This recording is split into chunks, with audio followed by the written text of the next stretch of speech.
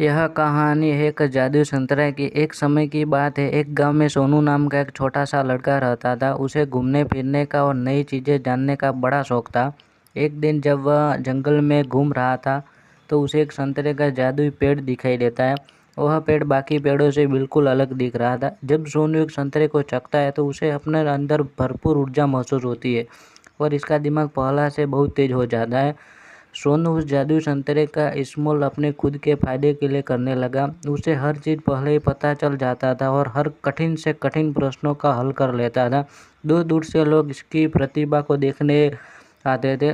जैसे जैसे समय बीतता गया, सोनू की शक्तियाँ कम होती गई, पेड़ पर संतरों की चमक भी कम होती थी और धीरे धीरे उनकी भी शक्तियाँ खत्म होने लगनी थी। जल्द ही सोनू को यह एहसास होता है कि वह अपनी खुद की प्रतिभा को नज़रअंदाज करते हुए जादुई संतरे की शक्ति पर बहुत ज़्यादा निर्भर हो गया था। सोनू को अपनी गलतियों को एहसास होता है और वह जादुई संतरे के पेड़ के पास वापस आता है। वह अपने लालची स्वभाव के लिए माफ़ी मांगता है और वादा करता है कि अपनी काबिलियत का उपयोग वह अच्छे कामों के लिए करेगा। फिर अचानक से पेड़ के बचे हुए संतरों में वापस चमक आ जाती है। उस दिन के बाद सोनू ने यह समझ गया कि असली शक्ति हमारे अंदर ही होती है और हम अपनी खुद की कौशल और प्रतिभा का इस्तेमाल करके दुनिया में बदलाव और खुशी ला सकते हैं।